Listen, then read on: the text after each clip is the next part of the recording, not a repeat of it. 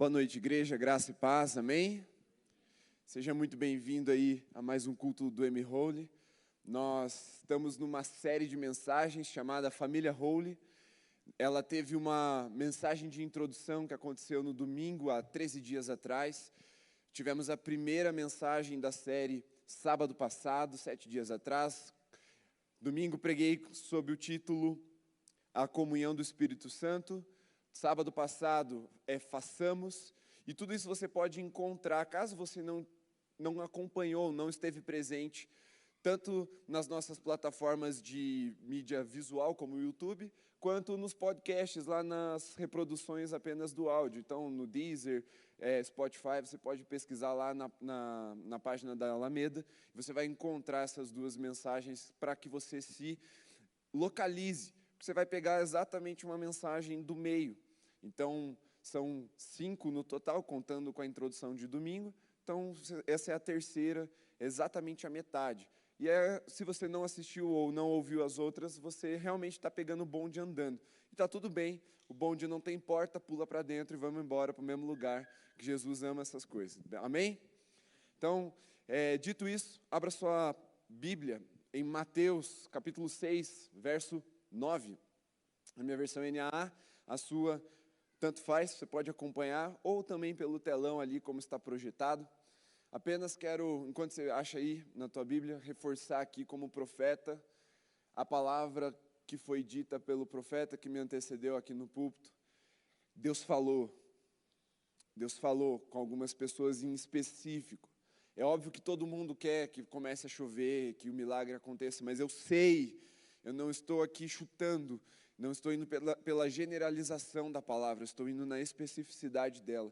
Deus falou com algumas pessoas em específico, foi exatamente a pergunta que vocês estavam fazendo, a angústia que vocês estavam expondo para Deus nas suas orações, e Deus falou com vocês hoje. Por isso creia. Porque um céu limpo é a tela perfeita para Deus pintar a sua glória e fazer os queixos humanos caírem. E vocês vão ficar perplexos com o que Deus vai fazer na vida de vocês. Confiem. É só um momento de seca. Deus já vai fazer chover, porque é para a glória dEle. E você faz parte disso, amém? Vamos ler então a partir do verso 9. Acompanhem comigo. Pai nosso, olha, portanto, orem assim. Pai nosso, que estás nos céus, santificado seja o teu nome. Venha o teu reino e seja feita a tua vontade, assim na terra como no céu. O pão nosso de cada dia nos dá hoje. E perdoa-nos as nossas dívidas, assim como nós também perdoamos aos nossos devedores. E não nos deixes cair em tentação, mas livra-nos do mal, pois teu é o reino, o poder e a glória para sempre. Amém. Feche seus olhos por um instante. Você já ouviu esse texto? Eu mesmo já preguei mais de uma vez nesse texto com perspectivas diferentes. Você sabe que é uma oração modelo. Jesus nos ensinou a orar a partir dessa oração. Mas dentro da série que nós estamos, dentro do contexto que nós estamos, eu queria que você ouvisse mais uma vez o que está escrito nessa oração e prestasse muita atenção em 3 palavras aqui que eu vou destacar. Está escrito assim: Pai nosso, que estás nos céus, santificado seja o teu nome. Venha o teu reino, seja feita a tua vontade, assim na terra como no céu. O pão nosso de cada dia nos dá hoje. E perdoa-nos as nossas dívidas, assim como nós também perdoamos aos nossos devedores. E não nos deixes cair em tentação, mas livra-nos do mal, pois teu é o reino, o poder e a glória para sempre. Amém. Senhor Jesus, nós confiamos que, mais do que um modelo, o Senhor realmente nos conectou ao céu por essa oração. Eu creio que, mais do que uma repetição que a gente pode fazer, o Senhor está nos dando chaves de como o nosso coração tem que se apresentar diante do Pai, que nos recebe em sua presença santa. Nós queremos orar e ser respondidos. Há esse anseio no nosso coração, Senhor. Por isso eu peço Que a Tua palavra nos transforme na nossa vida de oração, nos transforme nos nossos olhos, na nossa perspectiva dessa realidade. Porque queremos estar de acordo contigo, para que aquele versículo que diz que se nós pedimos em Teu nome, as coisas aconteceriam, isso seja real na nossa vida. Mas antes, nos ensina a pedir em Seu nome de fato, a pedir como o Senhor pediria, a pedir com um coração voltado para o corpo, para o cumprimento do Teu propósito, para o Teu reino, para a revelação do Teu poder e da Tua glória. Que essa oração nos transforme nessa noite, em nome de Jesus. Amém, Senhor. Amém? Vamos lá. Hoje a mensagem é bem mais simples do que vocês imaginam. A primeira coisa que eu queria destacar: Pai Nosso. Vocês perceberam na minha entonação, vocês se estão um pouquinho mais atentos, perceberam que a palavra que atrás nosso já vem trazer o que é que o tema de hoje vai martelar na nossa cabeça. Sobre uma perspectiva não coletivista, mas comunitária. A partir do momento que nós aceitamos Jesus, ou que Cristo nos aceita em sua família, nós passamos a ter uma confissão de fé coletiva. Nós somos salvos individualmente. Há uma porta estreita pela qual nós podemos ou precisamos passar para pertencermos à família de Jesus. Mas nós, ao mesmo tempo, quando entramos na família de Jesus, passamos a ter uma vida não mais voltada só para nós mesmos, mas para uma coletividade, para um corpo, para uma igreja, ou um ministério, ou uma família como é a nossa. E para que isso aconteça, nós precisamos mudar a nossa mente, como eu ministrei semana passada. E a primeira coisa que Jesus nos ensina nessa oração, Ele está falando, portanto, orem assim. Vocês querem ser ouvidos? Vocês querem que a oração de vocês seja relevante, ela tenha impacto, ela não seja uma oração qualquer, como a gente está acostumado a dizer, uma oração que não passa do teto? Isso, eu entendo o símbolo, mas eu não quero que a minha oração chegue no céu. Deus já trouxe o céu até nós, Ele está no quarto com a gente, ela não precisa sair do quarto, amém? Quem ouve a oração vem até o quarto, não é a oração que tem que cruzar os céus até chegar no ouvido de Deus. Mas assim, aquela oração ineficaz, aquela coisa que parece que é travada na nossa vida. Jesus está falando, olha, tem um jeito de destravar tudo isso, tem um jeito de você abrir o céu sobre a sua vida de uma forma real. E Ele está falando, orem então assim. Aí Ele começa, Pai. E a primeira palavra a ser destacada mesmo é Pai. Eu quase chorei, então deixa eu dar uma secada aqui no... Só um pouquinho. Obrigado. Pai, Pai Nosso. A palavra Pai nos mostra que para entrarmos na presença de Deus, nós precisamos ser o quê? Filhos. Isso já volta para o nosso tema da nossa série, família. Só há família onde há um pai que gerou essa família. E espiritualmente falando, nós temos o mesmo Pai, o nosso Pai é o Senhor, é Deus, que por meio de Jesus nos adotou e nos fez grandes irmãos, amém? Então, como eu falei, irmão não é gíria de crente, irmão é de fato um status familiar, é quem você é na família de Deus, um irmão, um filho diante do Pai, mas um irmão diante dos outros irmãos. E quando Jesus fala para a gente orar assim, Ele está falando, entre na presença de Deus como um filho. Mas ninguém é filho sozinho. Ninguém é sozinho se é filho.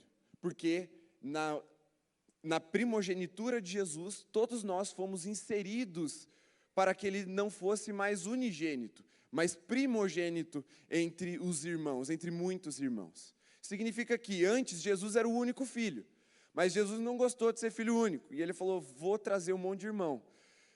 Fechou, pai? E o pai falou, beleza, vamos fechar esse negócio, vamos fazer. E aí, um bem bolado espiritual, Deus Pai, Deus Filho, Deus Espírito Santo fizeram uma obra de redenção que culminou no Calvário. E por isso nós fomos inseridos na família de Deus. E quando nós vamos orar, ou seja, quando nós vamos abrir o nosso coração, a gente tem que lembrar, primeira coisa, nós não estamos abrindo o nosso coração para um Deus distante, nós estamos abrindo o coração para o nosso Pai. E aqui, a não ser que você tenha um trauma, ou uma ferida, uma mágoa muito grande com seu pai, você entende naturalmente que a figura de pai é uma figura boa, certo? Pai é aquele que gera, que cria, que acolhe, que sustenta, que provê, que envia, é aquele que dá destino, é aquele que continua caminhando até que o filho se emancipe e ele compartilha, ele dá herança, ele abençoa, ele estende a mão. Essa é a figura do Pai presente aqui na oração de Jesus. Então, quando nós formos orar, a gente primeiro precisa ter essa consciência de filho. Eu não estou indo implorar para alguém desconhecido, para que se eu conseguir mexer bem as minhas palavras e ele gostar do meu discurso, ele vai me ouvir e vai me atender. Como pai, eu posso dizer para você, a maioria das vezes que eu atendo a Luísa, não é quando ela consegue falar uma frase bem formadinha, uma palavra bem bonitinha. A maioria das vezes que eu atendo a Luísa é quando ela está o quê? Chorando. É quando não tem palavras, ela está expressando alguma coisa com o coração dela ao ponto de que ela não sabe nem pôr em palavras, e ainda não sabe mesmo, então não tem idade para isso, mas quando ela chora, o meu coração de pai se aproxima. Então, quando nós vamos pedir algo para Deus, quando a gente vai entrar na presença de Deus, seja para abrir o coração, para ter o nosso tempo de devocional, para ouvir a voz dele, lembre-se, entre como um filho, não como alguém órfão. Porque você não vai convencer um desconhecido a te abençoar. Você vai abrir o seu coração para o seu pai. Só que não só seu, nosso. O teu pai que está lá no teu secreto está no meu também. E ele é nosso. Ele também é meu pai. E Jesus está ensinando que quando a gente vai abrir o nosso coração para Deus, apesar de ser um momento de secreto, preste atenção. Antes de Jesus ensinar a oração, ele fala assim, olha, não façam como os hipócritas, os fariseus, que vão para as ruas e ficam orando em voz alta nas esquinas, tocando uma trombeta para todo mundo ver e ouvir como eles são espirituais. Não, vai para o teu quarto, fecha a porta e em secreto, o Pai que te vê em secreto vai te recompensar. Jesus está falando aqui de uma oração, não é na igreja não, é uma oração de intimidade mesmo. Mas olha que curioso, ele fala, vai em secreto, fecha a porta, ninguém vai te ver, e ora bem assim, Pai Nosso. Parece um pouco incoerente, nosso quem? Quem está ali com a gente? Quem está ali com você quando você começa a orar diante de Deus Pai? Quem é que vive para interceder por nós? Quem é que se faz presente quando você fecha a porta do seu quarto? Você está ali junto de Jesus. E Jesus está ali intercedendo por você e por mim. Em primeiro lugar, é Pai Nosso, porque quando a gente fecha a porta do quarto para orar, Jesus vem junto com a gente. E Ele se coloca como o único mediador entre nós e Deus. É Ele quem transforma em primeira instância a nossa oração numa oração comunitária. Eu estou orando, mas estou orando junto com Jesus. O mesmo Jesus que Deus falou, eu vou te dar tudo. O mesmo Jesus que Deus falou, eu vou te abençoar, você será bendito, eu vou te dar um nome acima de todo nome. E isso que é orar em nome de Jesus, é orar junto com Jesus, numa concordância, que eu não preciso ficar bolando bem as minhas palavras para convencer Deus a fazer alguma coisa. Mas se o meu coração estiver em Jesus, estiver nosso ali na hora, nosso Pai, o coração de Deus já está presente e derramado ali. E essa é a primeira lição que Jesus nos ensina. Mas também tem algo muito importante aqui. Não só Jesus está junto da gente. A nossa oração, ela não vai ficar guardada numa caixinha exclusiva escrita o nosso nome. Lá em Apocalipse diz que as orações dos santos, elas são recolhidas e colocadas numa taça. Isso é uma linguagem simbólica para dizer o quê? As orações estão tudo junto. E um dia elas vão ser derramadas, e elas vão se cumprir, e elas vão preencher a terra. Para trazer bem assim explicadinho, ou bem fácil de entender, quando a gente começa a orar nesse coração comunitário, sabendo que nós não oramos só por nós mesmos, só por mim mesmo, ou só comigo mesmo, mas Jesus está comigo, e eu estou orando junto com os meus irmãos também, as minhas orações, elas não são únicas, elas são potencializadas, porque elas estão junto de outras tantas orações que estão sendo feitas naquele mesmo momento. E elas não são desperdiçadas, elas são colocadas num lugar comunitário, e quando derramadas, elas vão cobrir a terra, aquelas orações mais mequetrefe que você faz quando você está mal, que você não sabe nem que palavra usar, está enchendo uma taça, porque está junto das orações dos teus irmãos que estão gemendo durante todos os séculos até a consumação deles. E as minhas orações estão junto com as suas, juntos com as de Jesus e juntos com os nossos irmãos. Porque o Pai não é só meu, é nosso. Ele não é só seu, Ele é meu também. Ele é nosso de uma forma coletiva, comunitária, porque nós somos irmãos em Cristo Jesus para a glória de Deus Pai. E essa consciência, ela pode rasgar o céu sobre nós. Ela pode fazer, como o Gustavo falou, um céu limpo, começar a trovejar e a chover. Porque o Pai não é só meu, o Pai é nosso. E é nessa intenção, é nesse coração que Deus encontra prazer em responder. Porque, vamos lá, quem aqui já teve uma oração não atendida? Levanta a mão, por favor. Tamo junto. É nós também. Tamo junto nessa. A Bíblia diz, nas palavras de Jesus mesmo, né, relatando as palavras de Jesus, tudo que vocês pedirem em meu nome. Nem tudo que eu pedi aconteceu. Isso me leva a um impasse. Ou a Bíblia está errada ou eu estou errado. E quando eu chego nesse impasse, a minha conclusão ela é óbvia. Eu estou errado. Eu estou pedindo coisas erradas. Porque o mesmo Jesus que disse isso, tudo que vocês pedirem em meu nome, o Pai vai responder. Ele disse assim, ó, vocês pedem e não recebem porque vocês pedem mal. Então, quando a gente ora e as coisas não acontecem, é porque muito provavelmente a gente está pedindo mal. E pedir mal não é pedir assim para o vizinho ser atropelado. Isso é óbvio que é mal, vamos lá. Ninguém ora com fé que isso vai acontecer. Não crente, né? Pelo amor de Deus, isso aí tem outro nome, mas crente não ora assim.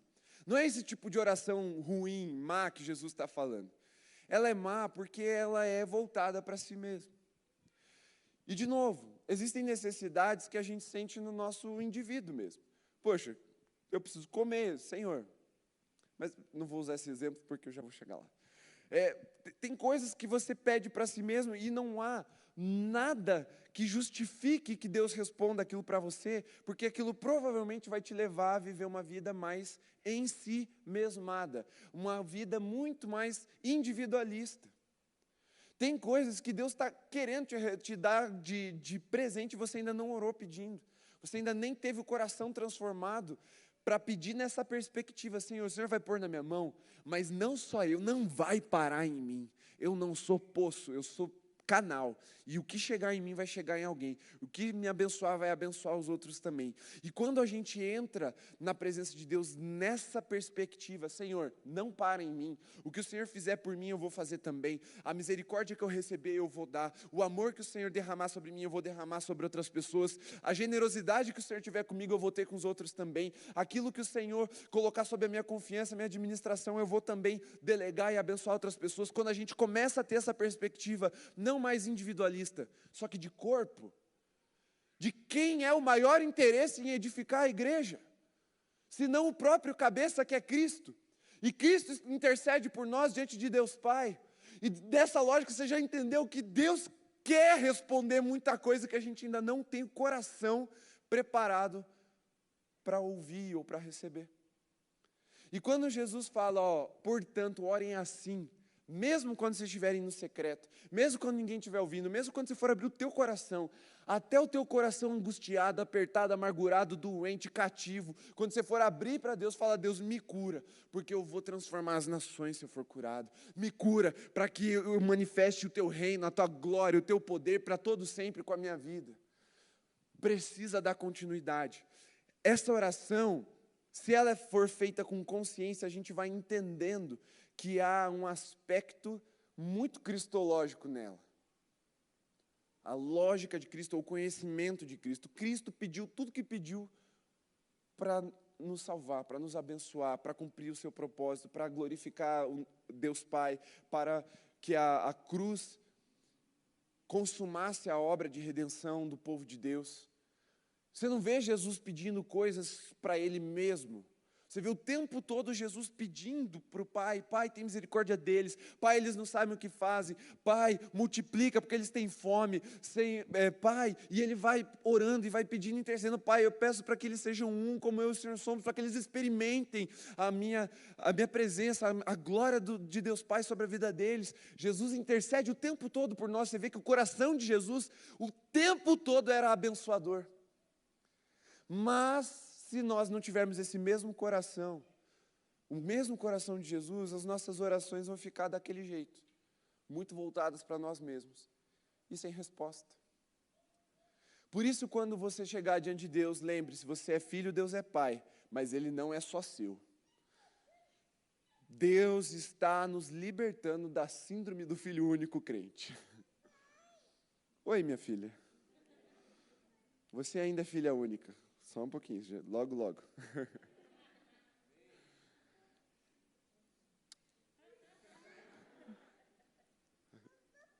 Tá bom, meu amor, eu preciso continuar aqui. Deixa eu te ignorar um pouquinho. Quando...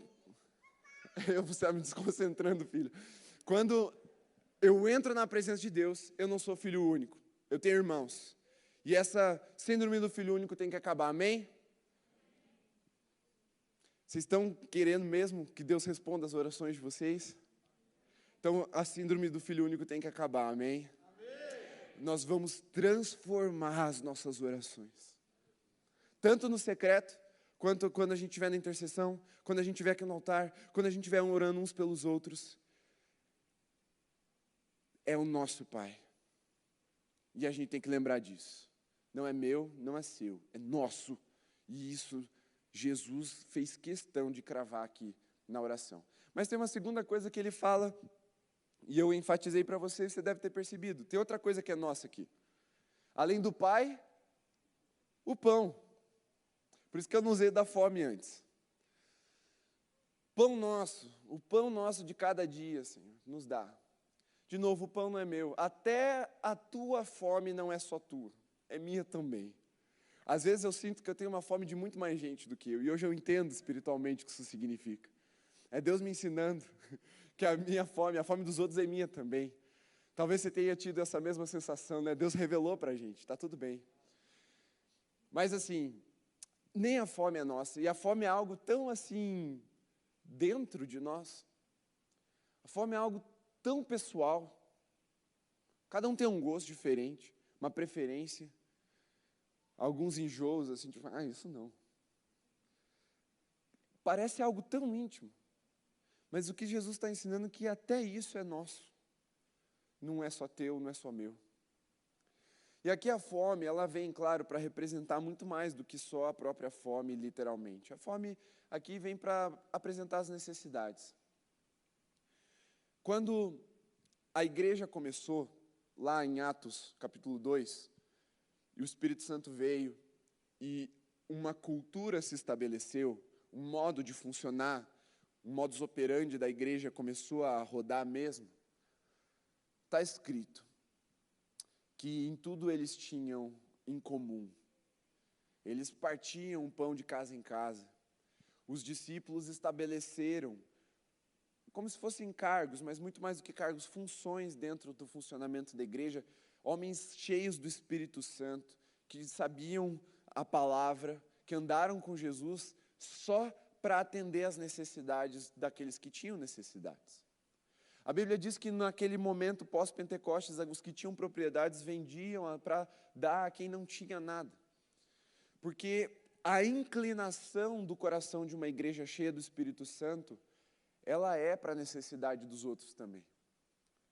Mas muitas vezes nós viemos ao culto procurando que Deus responda ou sacia a nossa fome, ou aqui a nossa fica ruim, mas assim, a minha fome espiritual, e aí você entende que é a sua. Porque hoje, graças a Deus, nós aqui não vivemos num contexto de fome, literal. Mas a gente tem fome de Deus.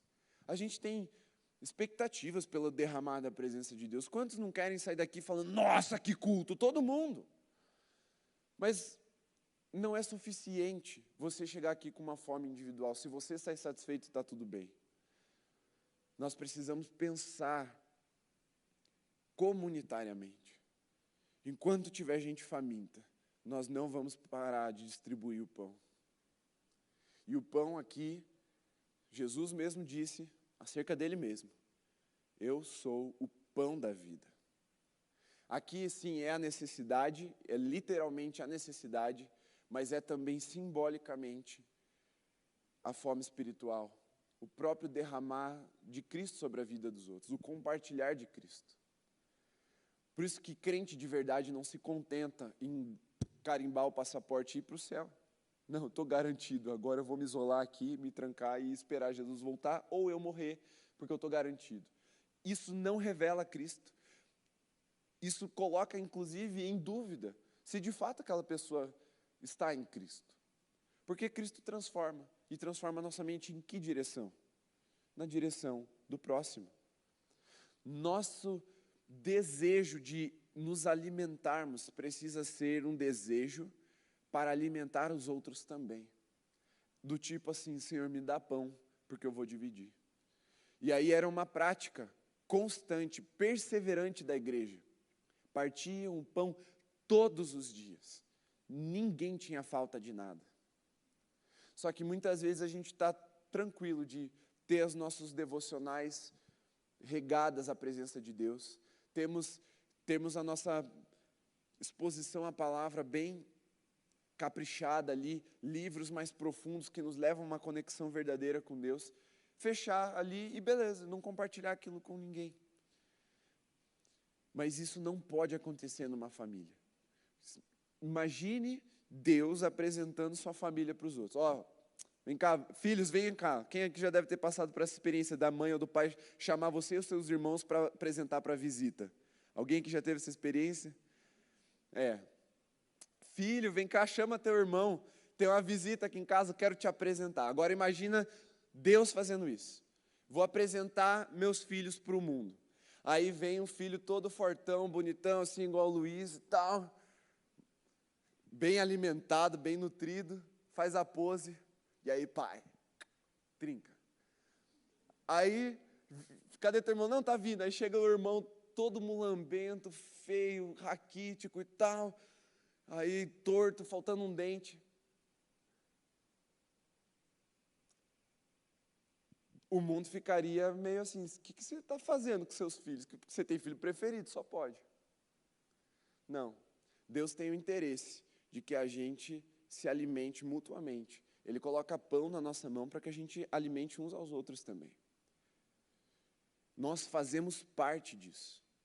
Por isso, quando você for apresentar uma necessidade para Deus, e olha que essa necessidade pode ser real mesmo, pode ser lá dentro, bem íntima, você pode, em nome de Jesus, encontrar uma justificativa, uma motivação comunitária para pedir isso para Deus. Do tipo: quem aqui não tem carro e já tem carteira de motorista? Levanta a mão, por favor. Você pode pedir um carro para Deus. Você fala: ai, pastor, mas egoísta, não, eu posso andar a pé. Jesus andou a pé. Calma, filhão, eu sei. Mas você pode pedir isso para Deus, sabia? Porque se você tiver com a disposição de coração, por exemplo, de dar carona para alguém vir na igreja, cara, já é do interesse de Deus você ter esse carro. De abençoar outras pessoas, se isso for facilitar a sua vida, para que você facilite a vida de outras pessoas também, é do interesse de Deus te abençoar. Você não tem dificuldade com pedir coisas assim para Deus. Tem dificuldade com um coração que pede só para si mesmo. Eu acho mais fácil lidar com uma situação que uma pessoa está pedindo um carro muito bom para viajar, por exemplo, e espalhar a mensagem do Evangelho, do que alguém que está pedindo R$10 só para si mesmo. Porque, vamos lá, para Deus não importa muito a quantidade ali. Ele é dono de tudo é dele. 10 e 10 mil é a mesma coisa para Deus. Não tem montante que seja discrepante demais para Deus. Ele vai abençoar o coração que está no coração de Cristo, que está de acordo com o coração de Cristo, que ora Pai Nosso, Pão Nosso. E nós precisamos clamar não só pelas nossas necessidades, nós precisamos ter uma oração. Senhor, tem misericórdia do faminto. Dá-nos o pão. Só que assim, não é Deus, faz chover o pão lá. Perceba, nosso pão. Deus vai muitas vezes colocar na sua mão para que você vá distribuir. Ore para que chova pão lá também. Mas assim, Se coloca à disposição. Deus quer te usar. Ele é nosso Pai. E Ele quer que você abençoe os seus irmãos. Amém? E Deus vai usar irmãos para abençoar a sua vida também. Mas a disposição de coração tem que ser real. Agora, tem uma terceira coisa aqui que eu destaquei na ênfase desse texto, dessa oração que Jesus fez. Nossas dívidas e nossos devedores.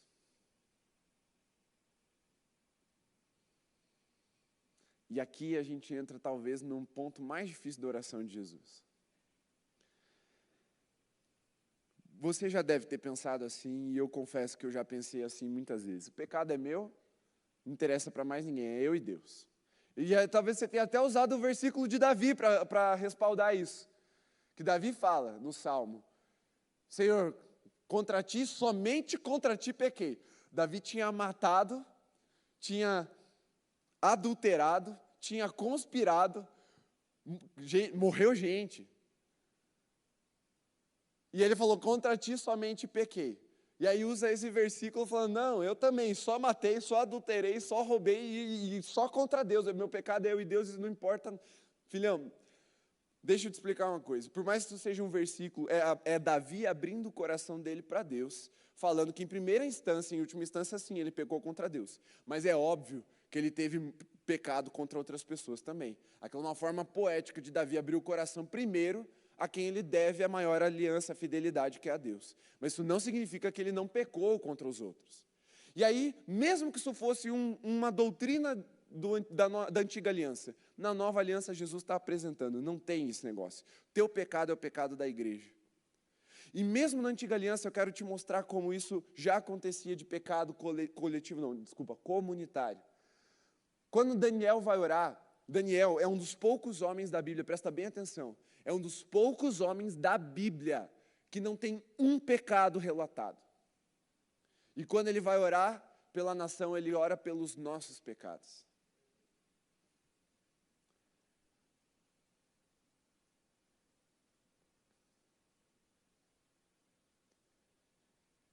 Até na antiga aliança isso já acontecia. Na nova, então, em que nós somos feitos não um povo qualquer, nós somos o corpo de Cristo.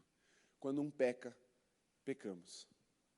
O pecado que você comete no secreto me afeta. O pecado que eu cometo até no meu íntimo te afeta. Eu, como pastor, vamos pegar o meu exemplo. Se eu estou em pecado, naturalmente, eu estou me distanciando de Deus. Eu estou me afastando da revelação. Daqui a pouco, o púlpito deixa de ser um lugar de pão e começa a ser um lugar de informação. Afetei só a mim? Mas ninguém sabe. Meu pecado afeta a sua vida. E o pecado que você comete afeta a vida de alguém também. Seja por omissão, por negligência, seja por ofensa ou por ataque direto mesmo. O seu pecado afeta o corpo de Cristo. Por isso, quando Jesus está ensinando a gente a orar, ele está falando assim, ó, perdoa os nossos pecados, ou as dívidas aqui na linguagem que Jesus usou. A nossa dívida. Se eu estou bem com Jesus, sair da presença de Deus no meu secreto, lavado, purificado no sangue de Jesus, aleluia, amém, e me encontro, por exemplo, com o meu xará, o Jeff, e ele está em pecado, eu estou devendo também. E eu vou ter que sanar essa dívida junto com ele. Eu tenho que me importar ao ponto de voltar o meu coração para ele e levá-lo ao arrependimento junto com Cristo Jesus. Agora, projeta para mim lá, Samuca, a imagem para que vocês entendam melhor. Eu quero ilustrar isso para vocês entenderem bem, de uma forma bem simples. Põe lá a imagem 1, por favor.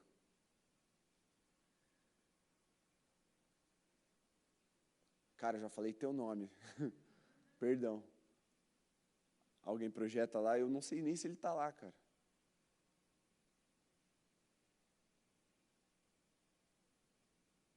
Tá lá? Ah, tá, beleza. Aí, foi. Valeu, time. Olha só. O que é isso aqui? É uma frota naval. São navios de guerra. Digamos que aquele navio, esse porta-avião aqui mais à direita, mais embaixo na imagem, ele sabe que ele pertence a uma frota, Mas ele fala assim, hoje eu não estou afim, vou fazer do meu jeito, vou desviar só um pouquinho. O que é que pode acontecer com esse navio? Ele pode se perder, ele pode ficar à deriva, pode ficar sem combustível e não ter ninguém para socorrer. É verdade, o principal afetado é ele. Mas olha só o que acontece se ele se desviar numa direção errada ali. Ele pode colidir com outros navios. E nós, enquanto igreja, enquanto corpo de Cristo, nós estamos caminhando na mesma direção, como uma frota, como um exército, um esquadrão.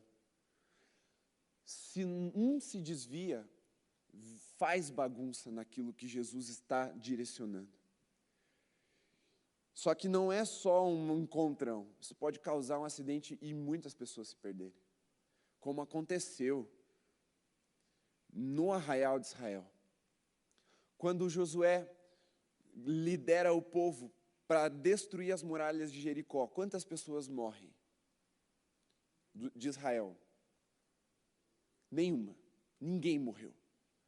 Foi uma conquista assim, uau! Na seguinte, contra uma cidade bem fraquinha, eles foram lutar. E eles perderam a guerra, tiveram que fugir. E 30 homens morreram. Eles mandaram um grupo pequeno, mas 30 morreram. E Josué foi consultar o Senhor. E o Senhor revelou. Uma pessoa pecou.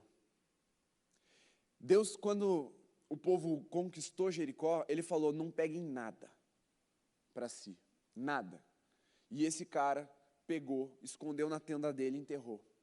E por causa disso, 30 pessoas morreram. Por isso que o meu pecado é nosso pecado. Por isso que o seu pecado é nosso pecado.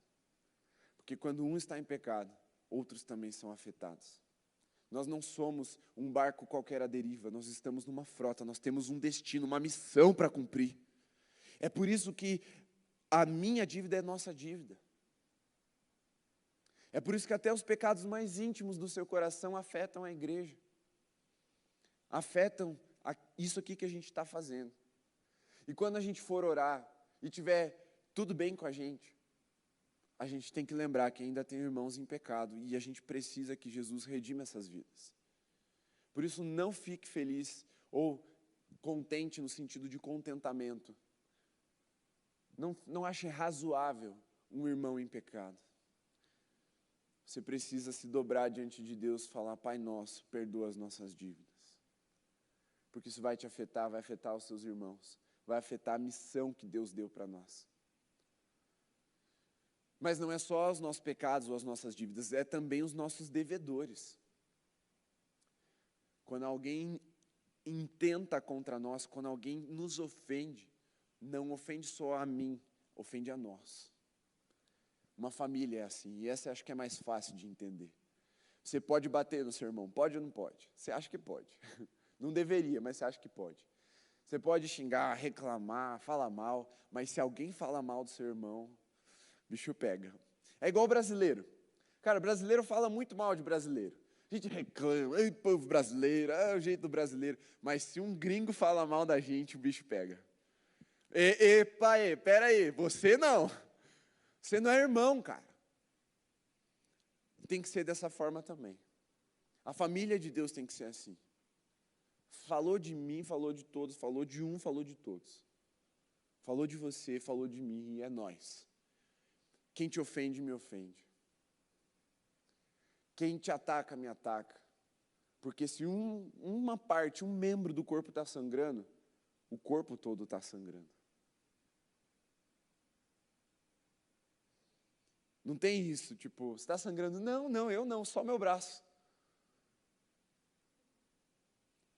Quando um é ofendido, quando um é atacado, todos somos atacados, todos somos ofendidos. Por isso nós perdoamos juntos os nossos ofensores, para que essa ferida ela não continue aberta, para que ela se estanque. Por isso que a gente precisa se mover nessa comunitariedade, uma comunidade, um corpo, uma coalizão, uma unidade. Não andamos sozinhos, não andamos sem rumo, nós temos uma missão, e como aquela frota, se um se desvia, se um afunda, todo mundo é afetado. Você já viu filmes ou documentários ou séries de guerra que quando um esquadrão ele é parcialmente morto, né? Alguns elementos do esquadrão é morto, mesmo que aquele esquadrão seja vitorioso, você vê eles felizes, falando, não, eu venci. Não, ele sente falta daquele que ficou. Ele sente muito mais uma sensação de derrota do que de vitória, mesmo tendo sido bem-sucedido na missão. Porque é isso que importa no final das coisas. A missão de Jesus é sobre pessoas. E a nossa tem que ser também. Pode dar tudo certo que você planejou no ministério, na célula, nas áreas aqui do culto. Se tem pessoa ficando para trás, você tem que sentir. Porque é sobre isso o que nós estamos fazendo aqui. Jesus fez ser sobre um corpo que seria redimido, sobre pessoas que seriam redimidas. Então nós precisamos fazer ser sobre isso também.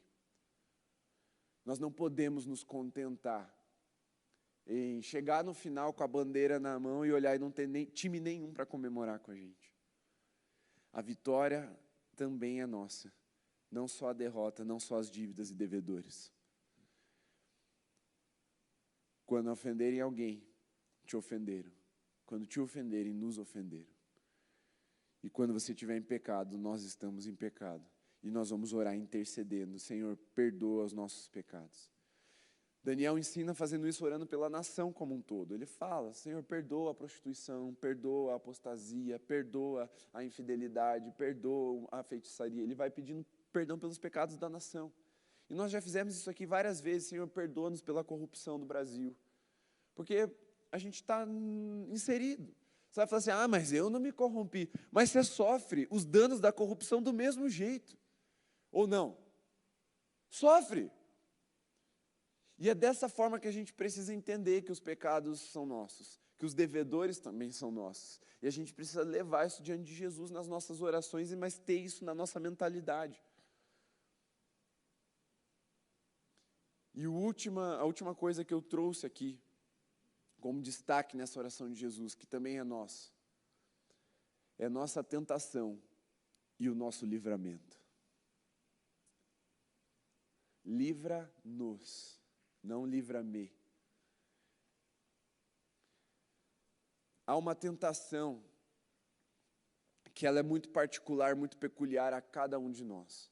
Eu sou mais fraco numa área, você deve ser em outra pessoa numa terceira área, e cada um tem ali a sua fragilidade, seu ponto fraco. E aí, o inimigo vai te tentar individualmente. Mas até a tua tentação, eu preciso me esforçar para diminuir. E aqui eu vou trazer um assunto polêmico para ilustrar. E eu, sem medo de errar, vou entrar nesse assunto polêmico aqui. Eu não gosto muito de polemizar no púlpito, mas como a gente está bem respaldado pela palavra, eu vou trazer para você entender bem. Quando a gente fala, por exemplo, de vestimenta, a gente não tem um código de vestimenta, já passou esse tempo de ter um código assim, pastor de gravata, graças a Deus não tem mais isso, eu não gosto, não uso. Mas assim, existem tipos de vestimenta que você vai cooperar para que o inimigo tente outras pessoas. E isso não é só exclusivo das mulheres, não. Dos homens também. Isso é só um exemplo. Mas é verdade. Muitas vezes a gente acha, não, já que eu não estou tentado nessa área, já que eu não vou me sentir tentado por isso, então eu vou me vestir assim e não importa, dane-se os outros. Aí o irmão que está atrás de você, ou a irmã que está do teu lado, fica o culto inteiro prestando atenção naquela região do seu corpo que está chamando a atenção ali. Você está ferindo o corpo de Cristo. Porque até a tentação que é do outro é tua também. Um porquê, por exemplo, eu fiz um voto de abstinência total de álcool. Porque vai ser tentação para outras pessoas, eu decidi respeitar. Eu não falo que todo mundo tem que fazer isso. Mas eu decidi fazer isso. Porque até a tentação dos outros é minha também. E eu estou perto de pessoas que estão se libertando do vício.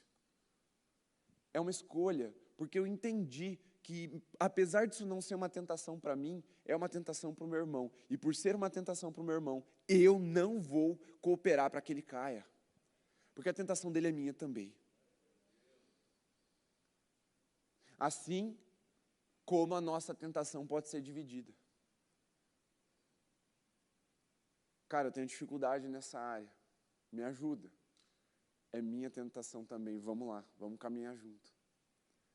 Porque quando um cair, o outro levanta. Por isso que é bom serem dois. É para isso que serve o corpo de Cristo.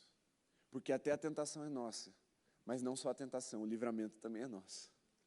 Porque eu fico feliz, eu chego em casa realizado. O dia que alguém está lá no gabinete falando, pastor, eu venci. Eu não caí essa semana. Eu estou liberto. É como se eu tivesse sido liberto. Não só porque aquela pessoa vai parar de me dar trabalho, né? E dá trabalho. E eu vou poder dar atenção para novas pessoas, e novas pessoas vão poder ser libertas, e vão poder ser acompanhadas ali, mas porque aquilo é uma alegria, é o corpo de Cristo sendo livre para agir no poder, na glória, no reino de Jesus. Por isso que a tentação e o livramento é nosso também. E se você estiver duvidando de mim, cara, não me importa, você está duvidando de Jesus. Eu posso estar te falando coisas que você nunca ouviu, mas as palavras são as palavras que saíram da boca de Jesus quando Ele veio ensinar a gente a entrar na presença de Deus. Então você vai ter que ter muito peito para encarar Jesus e falar, não concordo. Porque mesmo que soe um pouco indigesto, você fala, cara, tem tanta gente pior, eu estou acima da média, né? Então quem está acima da média, ou pelo menos acha que está acima da média, tem que carregar uma parcela muito grande nessas dívidas aí. Você fala, tem muita gente pior do que eu, então o pecado dele é meu também. Eu falei, eu não, Jesus falou, então vou chutar o balde para os outros me carregar. Se converte, irmão. Se converte. Eu creio que essa mensagem, que essa oração, ela conclui nas palavras de Jesus, pois teu é o reino, a glória e o poder para sempre, amém. Porque essa perspectiva, esse coração, ela de fato traz o reino, revela a glória e manifesta o poder de Deus no nosso meio. Eu sei disso. Eu sei não só porque eu creio, mas porque já experimentamos e temos experimentado isso. Quando nós nos convertermos a Jesus de verdade, como diria meu amigo pastor Maurício, pai da Ju, quando a gente se converter de verdade, quando nós nos convertermos uns aos outros, porque se converter é sobre amor, amém? Eu amo a Deus, mas lembra que amar a Deus também tem amar o próximo. Quando a gente também se converter uns aos outros, parar de vir diante de Deus só para pedir para nós mesmos, e começarmos a lembrar que temos irmãos, que o Pai é nosso, que tem gente com fome também, que esse pão que está na tua mão não é só teu, é nosso. Esquece esse negócio de ideologia política, não tem nada a ver com comunismo, isso daqui não é sobre ideologia, não é sobre forma de governo, esquece isso aí joga no lixo. Isso aqui é sobre um organismo vivo, que tem um cabeça que é Cristo, soberano, que flui de membro a membro através do Espírito Santo. É o nosso Pai. Ele nos adotou. Ele nos pôs na mesma mesa, para dividir o mesmo pão e matarmos a nossa fome. Nos perdoou das nossas dívidas e nos habilitou para perdoar os nossos devedores. Amém? Fique em pé.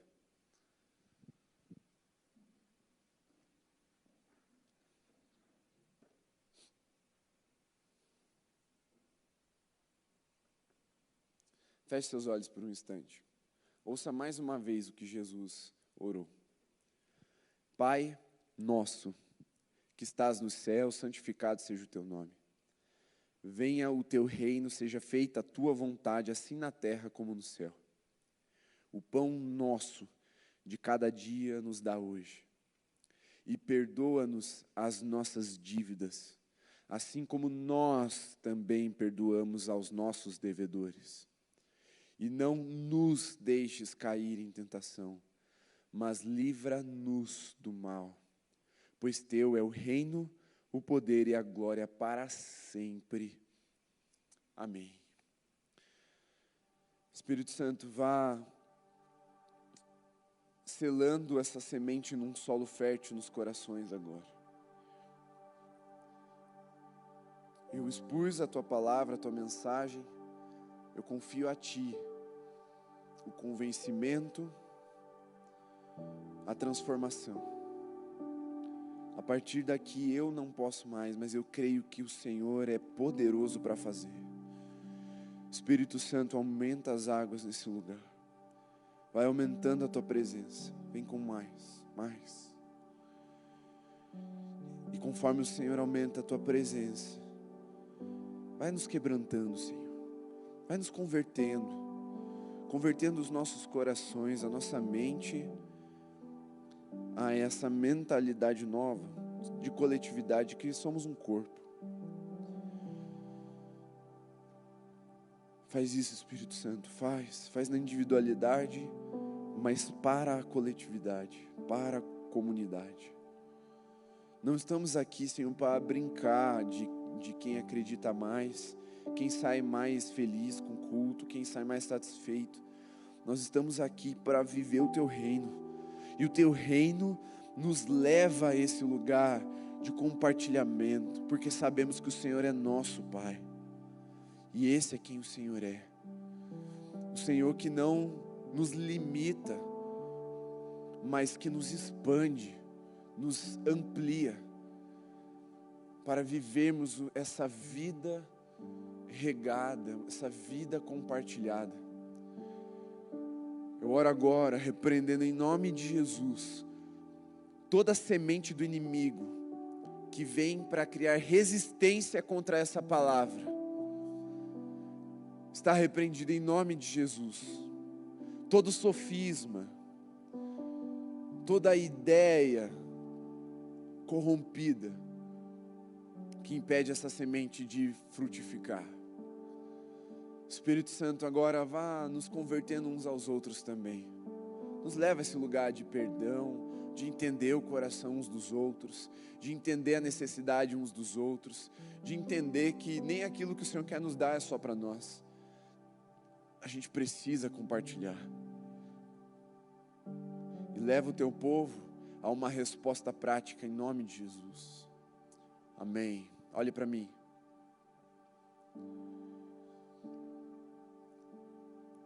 É o último ensinamento de hoje. Eu quero que você preste muita atenção. Olha aqui.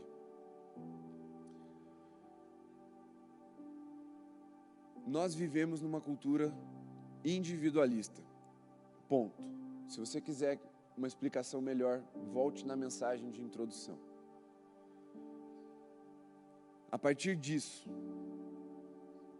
nós fomos desenvolvendo uma ideia de autopreservação, principalmente daquilo que nos queima o filme, queima a cara. E os nossos apelos, que um dia foram sobre se redimir com Jesus, pedir perdão para Deus no altar, foram se transformando sobre apelos afirmativos. Vem você que quer ser feliz, vem você que quer ser abençoado. Cara, todo mundo quer. Porque afinal de contas, eu não vou invadir esse perímetro seguro do seu eu e arriscar te ofender. Isso entra, não é pensado, isso entra, é cultural, a gente vai absorvendo. E você aí que ouve, ou até mesmo eu quando estou aí ouvindo, eu não vou lá nesse tipo de apelo, porque o que os outros vão pensar de mim?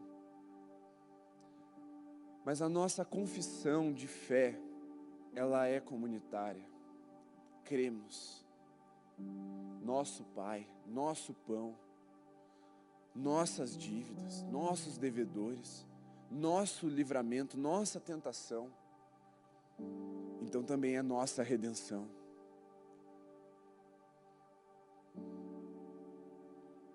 E aí, nesse espírito de autopreservação da autoimagem, da imagem diante dos outros, você prefere se resguardar, falando, não, aqui dentro eu já entendi, eu vou fazer diferente. Mas se no seu coração você crer, com a sua boca você confessar, você será salvo. E lá em Tiago diz que a gente tem que compartilhar, confessar os nossos pecados uns aos outros e orar para que nós sejamos perdoados e curados. O apóstolo João fala algo parecido também. Há, sim, um aspecto individual, pessoal de confissão diante de Deus, sem dúvida. Mas não pode parar aí. Com o coração você crê, é entre você e Deus, mas com a boca você confessa. Deus precisa que você fale para Ele te ouvir? Não. Quem é que ouve o que você fala? É para o diabo saber que você virou crente? Fala não, meu irmão. Não, não é. É porque quando você confessa, você está se tornando parte de um corpo, de uma família. E família, quando está ferida, quando tem um membro dessa família que está mal, a gente senta na mesa e resolve junto. E é por isso que os apelos, eles são feitos, para que você, diante da sua família de fé, caminhe na direção de Jesus. Seja por uma necessidade, seja por um arrependimento, seja por um quebrantamento, você faz uma aliança com Jesus, mas também com a sua comunidade de fé, com a sua família. Porque é do meu e do seu interesse que cada um de nós sejamos abençoados aqui. Você acha que se o Duês for mais cheio do Espírito Santo, só ele vai ganhar com isso? Claro que não. Eu ganho com isso também. A Fer, óbvio, é a esposa dele, mas assim, a Thali está ali, o Will, a Duda, e aí vai. Até quem está lá do outro lado, o Fábio, ganha com isso. Até quem está assistindo lá de casa pela transmissão. Quem está vendo essa mensagem muito tempo depois. Estou falando com o futuro, Deus te abençoe, irmão. Porque o Duês é o líder da transmissão aqui na juventude. Então, se ele for cheio do Espírito Santo, muito mais gente vai ser impactada, muito mais gente vai ganhar com isso. Então, é por isso que é do interesse da igreja, do ministério, da família espiritual que você tem, que aquilo que você se aliança com Jesus, você mostre coletivamente, publicamente. Não é porque eu tenho necessidade de aprovação que você tem que vir aqui no apelo, não. Eu realmente não tenho. Eu não acho que isso seja a resposta para uma boa pregação. Mas eu sei que se você assumir esse compromisso publicamente, a chance, isso é estatística crente, tá? Foi feito pelo maior instituto de pesquisas evangélicas do mundo. Quando um cristão faz um compromisso, uma aliança, um voto, alguma coisa nesse sentido, publicamente, as chances dele realmente colocar isso em prática e ter a vida transformada, elas se multiplicam. Do que um crente que está lá hoje, sozinho no quarto, por exemplo, ouvindo essa mensagem e falando, não, eu quero uma vida diferente, eu quero fazer parte de uma família. Ele que está lá tem muito menos chance de viver isso que vocês estão ouvindo, que é bom a gente viver, do que você que está aqui e pode assumir esse compromisso coletivamente, comunitariamente e publicamente. Irmão, você pode também, tá? Só que a chance de você que está aqui é muito maior. Porque quando Deus estabelece uma coisa, não é assim, é porque eu acho fofo. Deus não acha as coisas fofas e faz. Deus tem um propósito, Ele tem um porquê. Há um aspecto edificacional nisso. A igreja é edificada quando ela sai do seu lugar e se prostra no altar. É sim um ato profético. O símbolo de você sair do seu conforto e ir na direção do altar, se colocar como uma resposta para aquilo que está sendo pregado. E hoje a mensagem não é emocional, nem um pouco talvez. Eu gostaria que ela fosse, e não acho problema nenhum que a mensagem também seja emocional, nenhum.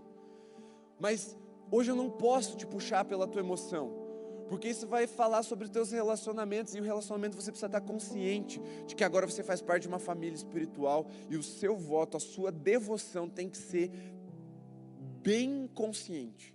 Transformação de mente mesmo, e não só um impulso do teu coração. Por isso eu não quero nem arriscar que você venha à frente por um impulso do seu coração. Mas o apelo e é um só. Se você entendeu essa mensagem, você quer viver isso junto comigo, você vai vir para esse altar comigo também. Deixe seu lugar e vem.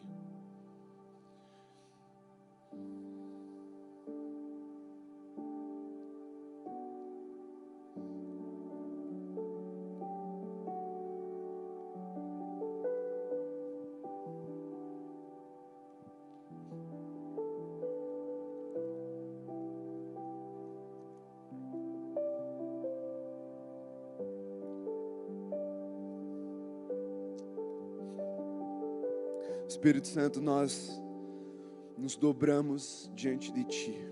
Pai nosso, nós nos dobramos diante de Ti. Senhor Jesus, estamos de joelhos na Tua presença. Porque não sou mais eu que vivo, o eu foi crucificado, está junto com Cristo na cruz. É Cristo que vive em mim, portanto não sou mais eu, é nós.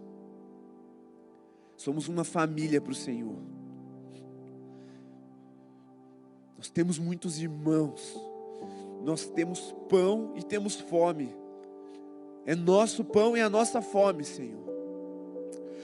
Nós temos dívidas e devedores. É nossas dívidas e nossos devedores. Nós temos tentações, Senhor, e temos livramento. Nossas tentações e nossos livramentos. Quebra a fronteira do eu, Senhor. É pequeno demais para um filho de Deus viver limitado a si mesmo, Senhor. Tem misericórdia de nós e expande a nossa consciência do eu para nós. Para amarmos uns aos outros, para sermos um e revelarmos a Tua glória, o Teu reino, o Teu poder, para todos sempre, todos sempre. Não queremos mais, Pai, que para falar de uma igreja viva, cheia do Teu Espírito Santo, que revela a Tua glória, a gente precise retornar só para a igreja primitiva lá de Atos. Não, eu quero falar desse lugar também, Senhor. Eu quero contar daquilo que nós vamos viver aqui, no Holy, nessa família que o Senhor edificou. Eu quero contar do que o Senhor fez na vida do Tiago, do Gustavo, do Jeff, do Rafa, da Sophie, da Laura. Eu quero contar o que o Senhor está fazendo na vida dos meus irmãos próximos, Senhor. Eu não quero contar só do que acontece na China, na igreja perseguida. Não quero contar só o que acontece lá no Paquistão, naqueles que estão sendo mortos. Eu não quero contar só as histórias de avivamento. Eu quero contar o que o meu irmão me disse que está vivendo, porque o Senhor é Pai nosso e o Senhor nos chamou para viver essa glória, esse poder e essa majestade de reino, Senhor. Eu olho para os meus irmãos agora com expectativa, Senhor. Nós olhamos uns para os outros com expectativa, Senhor, de abençoarmos uns aos outros, de cuidarmos uns dos outros, de servirmos uns aos outros, porque amamos uns aos outros no Senhor. Somos uma família. O Senhor tem gerado essa comunhão pelo Teu Espírito. O Senhor tem nos feito fazer. O Senhor nos chamou para fazer junto do Senhor o Holy. Porque o Senhor é nosso Pai. E nós estamos na metade, Senhor, fechando a metade agora dessa caminhada, no meio. E eu sei que o Senhor ainda tem mais para fazer aqui. Nós aumentamos a nossa expectativa, Senhor. Porque nessa semana, aquilo que está escrito nessa oração vai ser vivido. Eu sei, Senhor, quando as pessoas aqui, quando os meus irmãos, quando nós entrarmos no nosso quarto secreto e orarmos, nossa mente já estará renovada, já estará transformada, vai abrir os céus sobre nós, vai fazer chover mesmo no céu mais limpo. A Tua glória será vista nesse lugar, Senhor, porque regaremos a semana inteira e veremos no sábado os frutos saindo e desabrochando, Senhor, para oferecer no Teu altar uma glória que lhe é devida, toda a honra e todo o louvor que lhe é devido, Senhor. Nós veremos o sobrenatural, porque os impedimentos do eu caíram. Os milagres vão acontecer, porque os impedimentos do individualismo foram quebrados. Nós vamos ver, Senhor, essa oração de Jesus se cumprindo em nós e através de nós. Dá-nos mais uma vez a graça de sermos batizados em amor e misericórdia uns com os outros, e nos tornarmos essa família aliançada com Cristo em primeiro lugar, mas juntamente com Cristo, aliançados com os nossos irmãos. Revela-nos quem o Senhor é de forma plena, Pai, e que o Teu nome seja santificado por isso, em nome de Jesus. Amém, Senhor. Amém. Você pode se colocar em pé por um instante e olhar rapidinho para mim? Eu não sei se a imagem foi passada, mas a gente tem flechas, semana que vem já, né? Isso, o primeiro flechas de 22, sábado que vem, 5h30, isso? Confirma o horário para mim, 5h30, às 5h30 aqui do templo. Olha o tema, presta bem atenção. Por que eu estou usando esse momento para trazer o tema para você? O tema é como lidar com pessoas difíceis. Talvez a pessoa que você pensou é você mesmo. Serve também, você vai aprender a lidar com você mesmo se é difícil. Eu posso dizer, testemunhar para você, eu sou uma pessoa difícil, aprendi a lidar comigo, estou aprendendo. Mas também tem outras pessoas difíceis que eu lido e eu estou tendo que aprender a lidar. E não sou eu que vou ministrá-la, eu vou aprender também. Então, fique atento, pega aí que eu não canso mais. A lidar com pessoas difíceis, isso faz parte, necessário, né? Jesus lidou com pessoas difíceis. A gente tem que lidar com pessoas difíceis também. Então vem às 5h30, sábado que vem, para você aprender a lidar com essas pessoas. E isso não ser um impedimento para você viver o que a gente comentou aqui, o que a gente trouxe aqui como essa palavra. Amém? Sexta-feira, temos vigília. Vigília de verdade agora, né? No sentido do horário, vamos das 11 em diante, aqui no templo. Sexta-feira que vem, estão todos convidados. Me ajudem a fazer o fervo lá nas redes, chamar o pessoal. Vamos vir, buscar a presença de Deus nesse ano, primeira vez na sexta-feira. Então, conto também com a sua presença. Final de semana que vem promete. Eu sei que Deus tem ali uma convergência massa para fazer aqui nesse ambiente. Venha preparado com uma palavra, porque quem ministra a vigília não sou eu, é nós, amém? Vai que Deus te levanta aqui, você põe a Bíblia debaixo do braço assim, caminha, pega o microfone e fala, assim diz o Senhor, nosso Deus, né? Então beleza, coloca as mãos assim como nata de quem recebe. Que o amor de Deus, o nosso Pai, que a graça redentora do nosso Senhor Jesus Cristo e que a comunhão do Espírito Santo seja sobre você, sobre sua casa, sua família, sobre toda a igreja de Jesus, espalhada por toda a terra, hoje e para sempre. Amém. Amém? Celebra o Senhor aí com suas palmas para a gente celebrar esse compromisso que fizemos com Jesus. Deus abençoe cada um de vocês. Quem é adolescente e ainda não fez a inscrição para o retiro, procura lá no stand, a Hanna e a Jenny vão estar esperando você para fazer a inscrição até 18 anos. E equipe do retiro, faça a sua inscrição. Quem nos visita hoje pela primeira vez, passa lá no stand de integração, por favor, pegue uma lembrança, a gente quer te dar um presente, é top, não é um cartãozinho não, é legal. Pega lá o presente que a gente tem para você e a gente quer te conhecer melhor também. Deus abençoe cada um, que vocês tenham um tempo de comunhão agora, de se aproximar. Lembrem-se do desafio, procure alguém e se aproxime desse alguém, em nome de Jesus. Até amanhã.